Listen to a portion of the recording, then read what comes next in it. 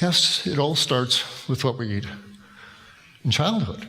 If you want to train someone to be a champion gymnast, you get them when they're 4 years old. You get them into the gym, start telling them. Up to age 2, you ought to be consuming, in the first years, you ought to be consuming breast milk and adding in the usual fruits and vegetables, etc. By age 2 or 3 in this country, and certainly by 3 or 4, however, the vast, vast, vast majority of children are in the fast food restaurants eating their Happy Meals. And they become flesh eaters from infancy. And the folks at the fast food industry more than happy to put little toys and trinkets to make sure they come in and start them early. Well, once this starts, fat and sugar and salt taste good on the tongue. And Mommy, let's go to McDonald's, let's go to Burger King. And so the journey down the river, but actually the river through them begins. Day after day after day. They eat their burgers and their chicken and their fish sandwiches, etc. And day after day, 3 times a day, a food mixture gets slathered on their intestinal membranes that have some properties to it. This is basic. When you bite into a burger, well, what's really in there? And every meal washes through your cells. Everything you eat within minutes washes through every cell of your body. And as it flows through the cell area where the DNA is, the DNA is unfolded, and those food and materials play your DNA like a piano. And as these various nutrients wash through the cells, the DNA unfolds. The section of genetic chromosome here allows, this calls for enzymes to be turned on. If you have various food sources, food substances going through, the DNA is wrapped around these circular structures called histones. And if your food is particularly, say, acidic or has a particular substance in it, the materials will bind to the tails of the histones, make the histones roll together, and that closes this section of the chromosome down, so the enzymes aren't made. Another meal will make the histones roll apart and expose this part of the RNA, and enzymes will be manufactured off of this. And on a nanosecond basis, as Dr. Campbell was saying, genes are turning on and off, enzymes are being made, enzymes are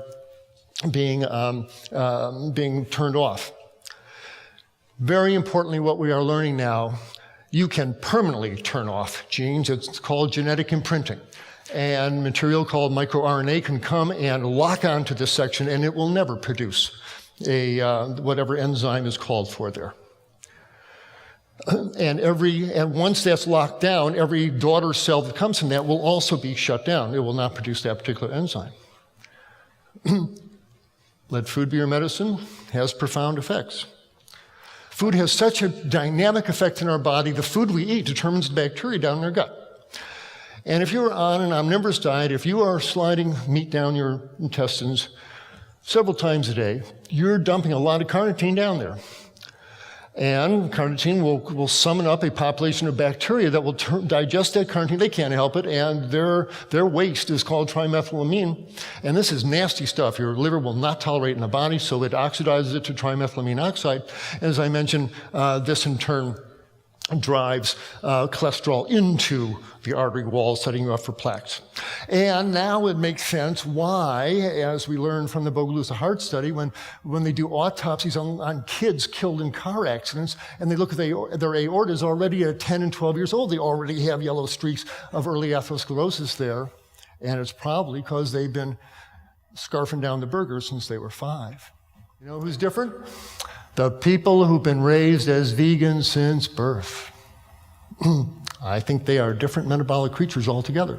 I've tested a few of them. They have sterling levels of amino acids and minerals and vitamins. And it confirms my suspicion this is what we're looking at.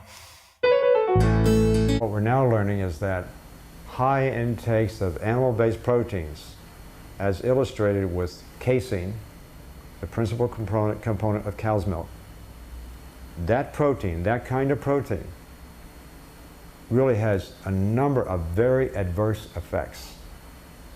Research was funded for 19 consecutive years by NIH, I should point out, involving more than 100 publications in the peer-reviewed literature.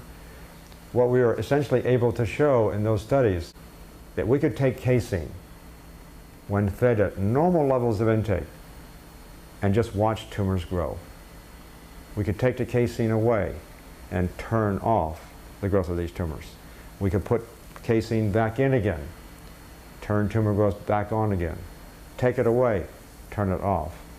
We could do many of these different kinds of sort of combination studies such that we could essentially control the growth rate of tumors simply by giving them normal levels of casein, what is generally considered to be normal, like 20% casein. I mean, just a regular level of casein could do this. People who turn to a raw foods diet or a partial raw foods diet, I've seen people overcome cancer, diabetes, heart disease, depression. I've seen people throw out their antidepressant drugs after doing raw foods for just 3 or 4 weeks. It's really that powerful. I mean, this is the medicine that your body craves. This is what balances your body. In your DNA, you have a blueprint for healing. All you have to do really is activate it. And to activate it, you need to wake it up with those signals from natural medicines. All those phytochemicals from plants, those go into your body, they circulate to your cells and tissues and organs, and they activate that healing potential from the inside out. And then you're not just masking symptoms anymore, you're not just controlling blood sugar or managing disease. Instead, you're doing something far more powerful. You're actually healing from the inside out. You're actually curing disease and preventing disease from ever spreading in your body again. That's the power of raw foods. You don't get that from cooked foods.